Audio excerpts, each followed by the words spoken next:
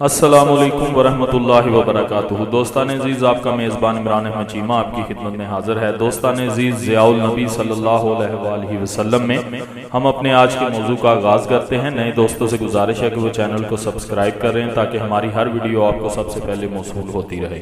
تو آئیے آج کے موضوع کا آغاز کرتے ہیں۔ بسم اللہ الرحمن الرحیم۔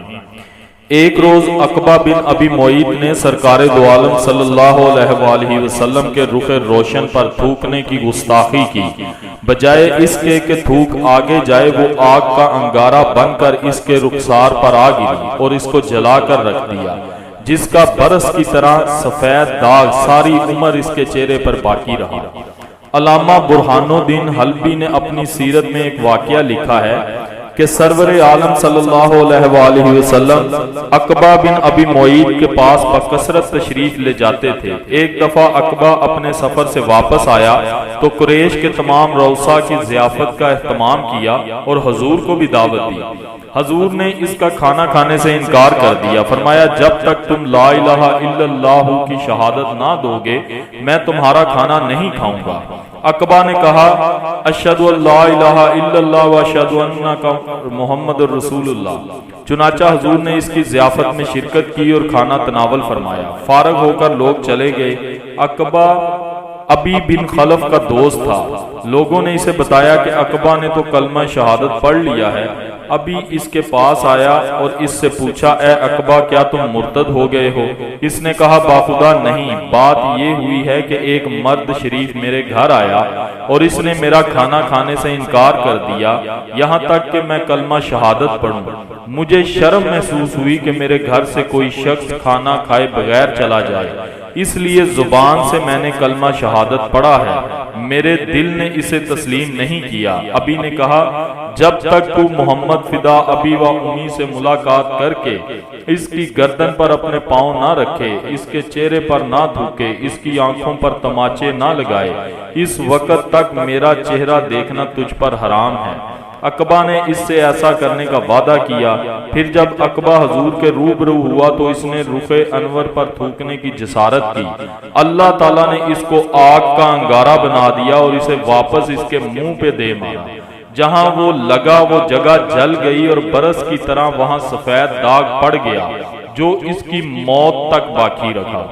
اس بدبخت کے بارے میں ہی اللہ تعالیٰ نے یہ آیت نازل فرمائی، سورہ فرقان 27-29، اور اس روز ظالم فرط ندامت سے کاٹے گا اپنے ہاتھوں کو اور کہے گا، کاش میں نے اختیار کیا ہوتا رسول مکرم کی معیت میں نجات کا راستہ، ہائے افسوس، کاش نہ بنایا ہوتا میں نے فلاں کو اپنا دوست۔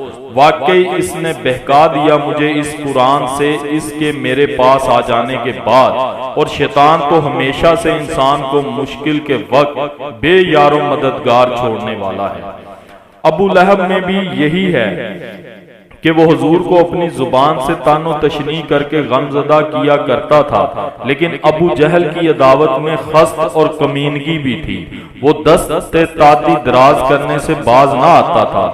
حضرت عباس بن عبد المطلب سے مروی ہے، آپ کہتے ہیں میں ایک دن مسجد میں تھا، ابو جہل ملعون آ گیا اور کہنے لگا کہ میں نے اللہ تعالیٰ کی نظر مانی ہے کہ اگر میں محمد صلی اللہ علیہ وآلہ وسلم کو سجدہ کی حالت میں دیکھوں گا تو اپنا قدم آپ کی گردن پر رکھوں گا۔ یہ سن کر میں حضور علیہ الصلوۃ والسلام کی خدمت میں حاضر ہوا اور اس کے مذموم ارادے سے آگاہ کیا۔ حضور غضبناک ہو کر اٹھے اور مسجد حرام میں تشریف لے گئے۔ میں نے کہا کہ آج بڑا شر و فساد کا دن ہے۔ حضور علیہ الصلوۃ والسلام نے وہاں جا کر سورہ الگ کی تلاوت شروع کی۔ جب اس آیت پر پہنچے، ہاں بے شک انسان سرکشی کرنے لگتا ہے اس بنا پر کہ وہ اپنے آپ کو مستغنی دیکھتا ہے۔ کسی نے ابو جہل کو کہا کہ یہ محمد ہے۔ اس بد باطن کا مقصد یہ تھا کہ وہ اس کو اس کی نظر یاد دلائے۔ ابو جہل کہنے لگا، تم وہ نہیں دیکھ رہے جو میں دیکھ رہا ہوں، باخدا آسمان کا سارا افق مجھ پر مسدود کر دیا گیا ہے۔ جب سرکار اس صورت کی انتہا تک پہنچے تو آپ نے سجدہ کیا۔ امام بخاری سے یہ روایت منقول ہے کہ ابو جہل نے ایک دن کہا اگر میں نے محمد فدا ابی و امی کو کعبے کے پاس نماز پڑھتے دیکھا تو میں اپنے پاؤں سے ان کی گردن کو پامال کروں گا۔ جب اس کی یہ بات رسول اللہ صلی اللہ علیہ وآلہ وسلم کو پہنچی تو حضور نے فرمایا اگر اس نے ایسا کرنے کی جرت کی تو فرشتے اس کو پکڑ کر اس کے ٹکڑے ٹکڑے کر دیں گے۔ سب لوگ اپنی آنکھوں سے اس بات کا مشاہدہ کریں گے۔ ایک روز حضور کعبہ شریف کے قریب نماز پڑھ رہے تھے تو یہ مغرور کہنے لگا میں نے یہاں نماز پڑھنے سے تمہیں منع نہیں کیا تھا، تمہیں معلوم نہیں کہ جتنے میرے دوست ہیں اتنے اور کسی کے نہیں۔ نبی کریم صلی اللہ علیہ وآلہ وسلم نے اسے جھڑک دیا۔ اسی وقت جبرائیل امین علیہ السلام حاضر ہوئے اور یہ پیغام ربانی سنایا۔ سورہ الگ آیت نمبر 17 تا 18۔ پس وہ لائے اپنے ہم نشینوں کو اپنی مدد کے لیے، ہم جہنم کے فرشتوں کو بلائیں گے۔ جبرائیل علیہ السلام نے کہا اللہ کی قسم اگر اس نے اپنے دوستوں کو بلایا تو وہ اسی وقت عذاب کے فرشتے اسے پکڑ لیں گے۔ ایک روز پھر اس بدبخت نے حضور کو نماز پڑھتے دیکھا تو بکنے لگا کہ کیا تمہارے سامنے محمد اپنے چہرے کو خاک آلود کرتا ہے یعنی سجدہ کرتا ہے؟ لوگوں نے کہا ہاں۔ اس ملعون نے کہا لات و عزا کی قسم اگر میں نے اس کو اس طرح نماز پڑھتے دیکھا تو اس کی گردن کو اپنے پاؤں سے رونڈ ڈالوں گا اور اس کے چہرے کو گرد آلود کروں گا۔ ایک روز حضور صلی اللہ علیہ وآلہ وسلم نماز پڑھ رہے تھے تو وہ نزدیک آیا تاکہ اپنے خبیث ارادے کی تکمیل کرے، لیکن قریب آتے ہی اچانک الٹے پاؤں پیچھے بھاگا اور اپنے ہاتھوں سے اپنا بچاؤ کرنے لگا۔ اسے کہا گیا تمہیں کیا ہو گیا ہے، کیا کر رہے ہو؟ اس نے کہا میرے درمیان اور ان کے درمیان ایک خندق ہے جس میں آگ بھڑک رہی ہے، ایک ہولناک منظر ہے اور فرشتے پر مارتے نظر آتے ہیں۔ حضور صلی اللہ علیہ وآلہ وسلم نے فرمایا اگر وہ بدبخت میرے قریب آتا تو فرشتے اس پر جھپٹ پڑتے اور اس کے ٹکڑے ٹکڑے کر دیتے۔